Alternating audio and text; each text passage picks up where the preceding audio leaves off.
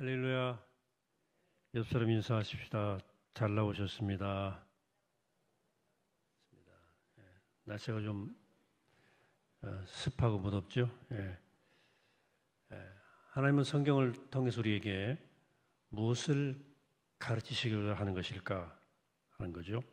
성경이 우리 가르치는 것 중 가장 중요한 것은 하나님이 누구시냐 하는 것입니다.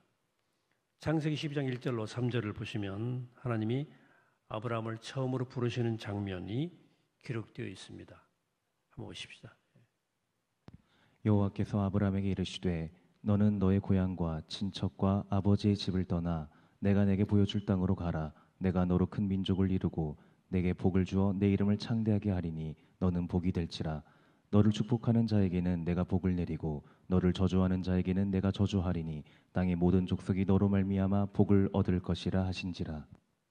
이 말씀이 왜 중요하냐면 이 말씀 받은 아브라함이 바로 믿음의 조상이기 때문에 그렇습니다. 믿음의 조상이 왜 중요하냐? 믿음의 조상에게 내린 그 축복이 그 믿음의 후손인 우리들에게 모두 동일하게 적용되기 때문입니다. 그러므로 이 말씀은 아브라함 개인에게 주신 말씀이 아닙니다. 그는 우리 믿음의 조상이기 때문에 우리가 믿음을 가지고 그의 후손이 되기만 하면 복이 되리라 하는 이 복이 우리에게 임하는 거죠. 성경을 쭉 보시면 의아한 마음이 생겨요. 하나님은 언제나 우리에게 이렇게 복 주시기를 원하시는데 어떤 사람들은 그 복을 받는 반면 왜 어떤 사람들은 복을 못 받는 걸까? 아니면 오히려 하나님의 진노를 사는 걸까 하는 의문입니다. 예수님이 무화과나무를 저주하시고 성전을 깨끗하게 하시자 그 성전의 이득을 보던 그 당시의 종교 지도자들의 분노에서 예수님께 찾아와 이렇게 항의했습니다. 마가복음 11장 28절에서 이르되 무슨 권위로 이런 일을 하느냐? 누가 이런 일할 권위를 주었느냐? 그때 예수님이 그들에게 한 가지 질문을 딱 던지셔요. 11장 29절인데요. 나도 한 말을 너에게 물으리니 대답하라. 그리하면 나도 무슨 권위로 이런 일을 하는지 이르리라. 요한의 세례가 하늘로부터냐 사람으로부터냐 내게 대답하라. 이 예수님의 질문에 그들은 대답하지 않았어요. 성경 그 이유를 이렇게 우리에게 알려줍니다. 11장 31절 보시죠. 그들이 서로 의논하여 이르되 만일 하늘로부터라 하면 어찌하여 그를 믿지 아니하였느냐 할 것이니 그러면 사람으로부터라 할까 하였으나 모든 사람이 요한을 참 선지자로 여김으로 그들이 백성을 두려워한지라. 이에 예수께 대답하여 이르되 우리가 알지 못하노라 하니 예수께서 이르시되 나도 무슨 권위로 이런 일을 하는지 너희에게 이르지 아니하리라 하시니라. 자, 그들이 왜 예수님 질문에 답하지 않았어요? 답을 몰랐었을까요? 그들은 당연히 사람으로부터 왔지 하늘로부터 왔겠냐 이렇게 생각을 했어요. 근데 요한은 성전이 아닌 곳에서 죄사함을 선포하고 있었습니다. 감히 광야에서 죄사함을 선포하다니 죄사함이 성전을 떠나서 존재한다고 가르치면 안 되는 거예요. 그렇게 되면 백성들이 성전을 떠날 것이고 사람들이 성전에 안 찾아오면 그들은 자기들의 어떤 여러 유형 무형의 이권에 막대한 타격을 입을 것을 알았기 때문입니다. 그래서 그들은 요한을 인정할 수가 없었어요. 그런데 광야에서 외친 요한의 세례가 하늘로부터 왔다니 이건 말이 안 되는 소리죠. 그러나 그들은 예수님의 질문에 답하지 않았어요.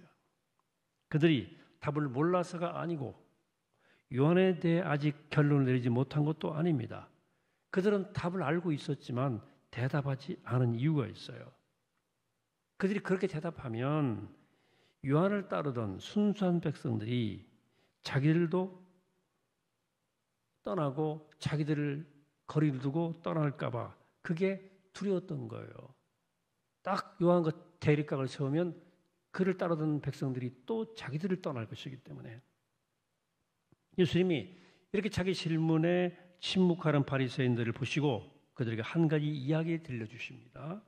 그것이 바로 오늘 포도 농부의 이야기예요. 큰 포도밭을 가진 주인이 포도밭을 아름답게 잘 가꾸고 나서 멀리 타국으로 떠나가면서 그 포도원을 몇 명의 농부들에게 맡기고 세를 받기로 했어요. 세월이 흘렀어요. 이제 포도 농사가 다 지어졌고 세를 받을 때가 되어서 주인이 자신의 종을 이 포도밭에 보냈어요. 그랬더니 그 농부들이 주인의 종을 막 두들겨 패가지고 새 한 푼도 안 주고 돌려보냈어요. 주인은 또 다른 종을 보냈습니다. 그랬더니 이번엔 얼마나 두들겨 팼는지 머리에 구멍이 날 정도로 때려서 보냈어요. 그래서 주인은 포기하지 않고 또다시 다른 종을 보냈더니 그랬더니 그들이 이제는 그 종을 죽여버렸네. 당황한 주인이 그래도 포기하지 않고 하나밖에 없는 자기 아들을 보냈어요. 그들이 어떻게 했다고 본문에 되어 있습니까? 그들이 마음을 아파요. 그 아들을 죽였습니다. 오늘 구절은 이렇게 말씀합니다. 합독해 볼까요? 시작. 포도원 주인이 어떻게 하겠느냐 와서 농부들을 진멸하고 포도원을 다른 사람들에게 주리라고 말씀하셨어요. 예수님이 왜 이 비유를 말씀하신 걸까요? 이 비유는 먼저 우리를 향한 하나님의 끈질긴 사랑을 보여주죠.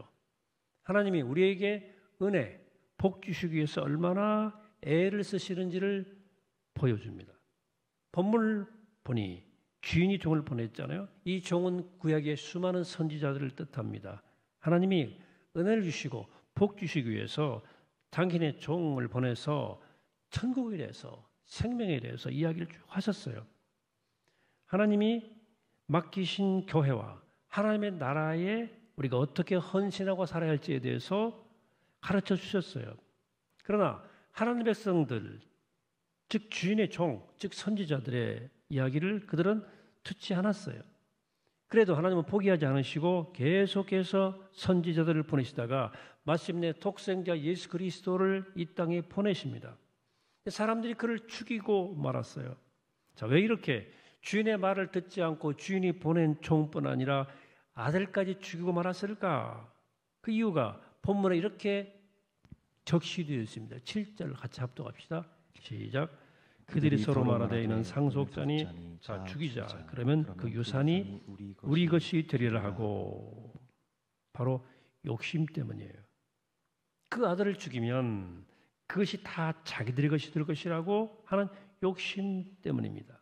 자, 예수님을 찾아온 종교 지도자들이 마음속에 분명한 교훈을 가지고 있었음에도 불구하고 예수님의 질문에 대답하신 이유가 무엇이었죠? 바로 자기들의 이권이 사라질까 두려웠던 거예요. 포도 농부들이 주인이 보낸 종들과 주인의 아들들을 배척하고 죽인 것은 바로 자기들의 이권 때문이었습니다. 욕심 때문이었어요. 하나님이 우리에게 복 주시기 원하시는데 왜 어떤 사람들은 하나님의 은총을 받고 복을 받고 왜 어떤 사람들은 받지 못하는 걸까? 오늘 본문은 그 이유를 명백하게 말씀하고 있습니다. 우리가 하나님을 믿고 교회에 나오면서도 하나님의 풍성한 복을 받지 못하는 이유는 하나님 우리에게 복 주시기를 꺼려하시거나 어려워해서가 아닙니다. 하나님이 우리에게 복을 주시라 하심에도 불구하고 우리가 그 복을 받지 못하는 이유는 우리 안에 뭔가 다른 게 채워져 있어요. 우리의 욕망이에요. 우리 하나님을 주시는 복을 사실은 패착하는 거예요. 다시 말해 우리의 마음이 하나님을 향해서 열려있지 않고 닫혀있기 때문입니다. 성경은 열린 마음을 가진 사람이 하나님의 주시는 복을 받는다고 말씀합니다. 교회를 얼마나 오래 다녔느냐, 그가 모태신앙이냐, 어떤 직분을 가졌느냐, 그가 제자분을 바랐느냐 이런 게 아니고 하나님 앞에 마음이 열려 있었느냐에 따라서 하나님의 주시는 복을 받기도 하고 못 받기도 하는 거죠. 예수님께서 씨 뿌리는 비유를 말씀하신 이유예요. 이 씨 뿌리는 비유는 사실 밭의 비유이기도 합니다. 여기 씨를 뿌리는 사람은 누구죠? 하나님이에요. 하나님은 계속해서 지금도 우리의 마음의 밭에 씨를 계속 뿌리셔요. 과거의 선자들을 통해서 말씀을 통해서 주위의 사람들을 통해서 교회에서 선포되는 여러 가지 말씀들을 통해서 내 인생의 사건들을 통해서 끝없이 우리 마음밭에 씨가 뿌려져요. 그런데 하나님이 똑같은 씨를 뿌리시는데 어떤 사람의 마음에는 열매가 하나도 없어요. 듣기는 듣는데 열매는 하나도 못 맺어요. 왜? 씨가 땅에 떨어지자마자 사탄이 가져가 버리기 때문이에요.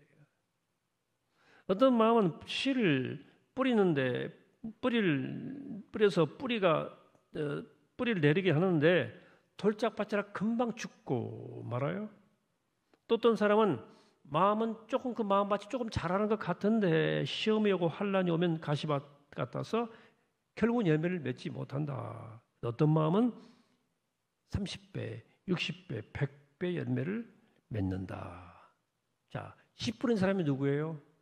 하나님이셔요.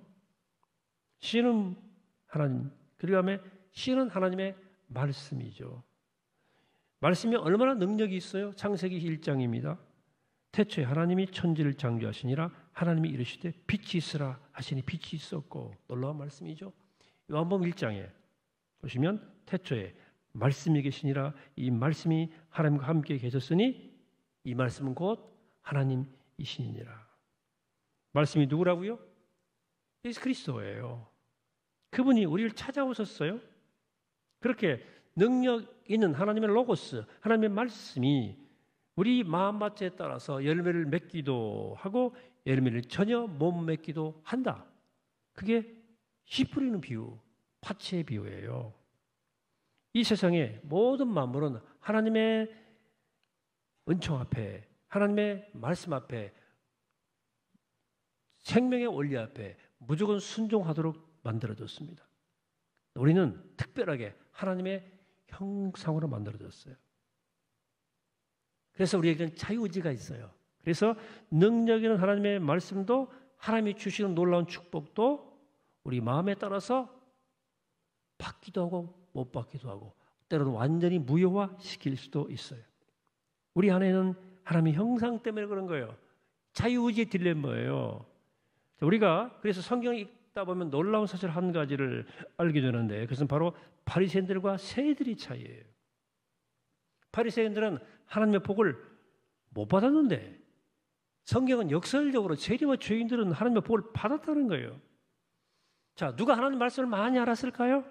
말할 것도 없이 바리새인들이죠.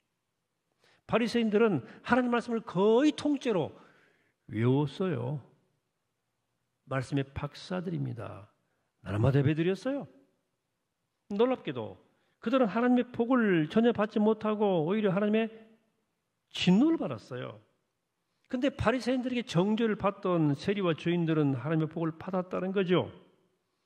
왜 종교 지도자들은 교회에 그냥 밥 먹듯 살면서도 모태신앙이면서도 하나님의 복을 받지 못하고 진노만 받았을까?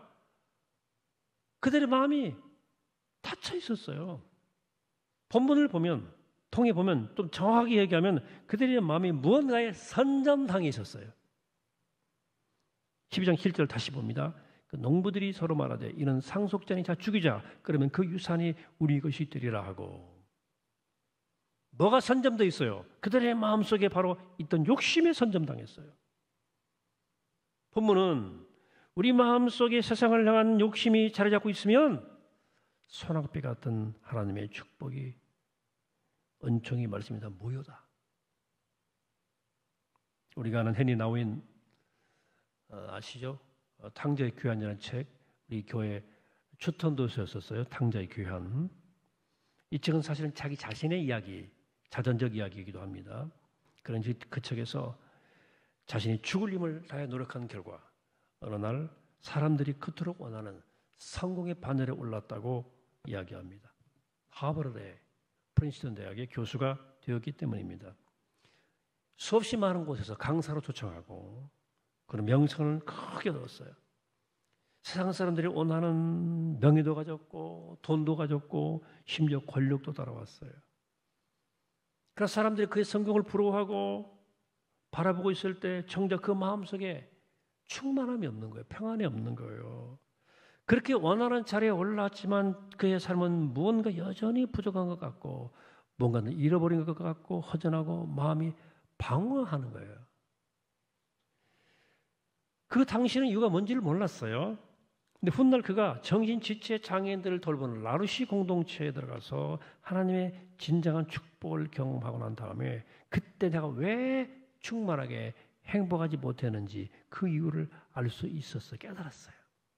그는 거기서 평생 거기 살고 거기서 살다가 봉사하다가 거기서 죽었어요. 7, 8명을 섬긴 거예요. 장애인들을. 그런 자신이 하나님을 알고 있었지만 하나님의 축복을 누리지 못했던 이유는 자신의 마음이 이미 딴 것으로 선점당해서 자기 마음이 닫혀 있었기 때문이라고 말합니다. 무언가가 그의 마음을 선점하고 있었기 때문입니다. 그의 마음을 선점해서 하나님의 복을 가로막았던 것은 바로 이 세상에서의 눈에 보이는 성공에 대한 욕망이었어요. 높아지고자 하는 마음, 다른 사람들의 이목을 끌고자 하는 마음, 박수받고자 하는 마음, 때려 힘을 가지고 그 힘으로 다른 사람을 통제해보려고 하는 그 권력력이 마음에 숨어 있었어요. 그는 이렇게 고백합니다. 나중에 이미 다른 액체로 가득 찬 항아리에 비가 내린들 무슨 소용이 있겠는가? 그때 내 마음에는 하나님의 복이 거할 공간이 없었다. 딴 걸로 마음이 가득 채워졌는데 뭐 거기 비를 받아낼 수 있겠어요, 복을. 여러분, 하나님은 오늘도 우리에게 복을 주시는 분입니다. 오늘 아침에 비가 왔는데 하늘의 소낙비를 우리에게 내리시는 분이에요. 근데 우리가 왜 그 복을 받지 못하느냐? 나의 마음이 무언가로 이미 가득 차서 은혜의 소낙비가 아무리 내려도 그 은혜가 임할 공간이 없기 때문입니다. 포도잎 이후에 등장하는 농부는 누구예요? 우리들 자신이에요. 농부들이에요. 포도는 주인은 하나님이시지만 하나님 우리에게 하나님의 나라를 맡기셨어요. 당신의 몸인 교회를 맡기셨어요.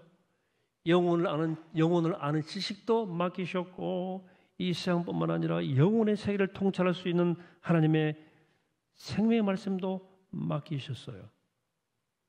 그의 나라를 통해 축복을 맛볼 수 있는 놀라운 성령의 능력도 맡기셨어요.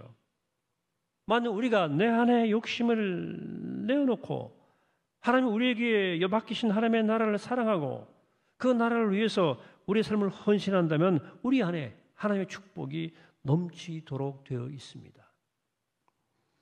물론 우리가 헨리 나우엔처럼 우리 일상을 떠나서 살기는 쉽지 않아요.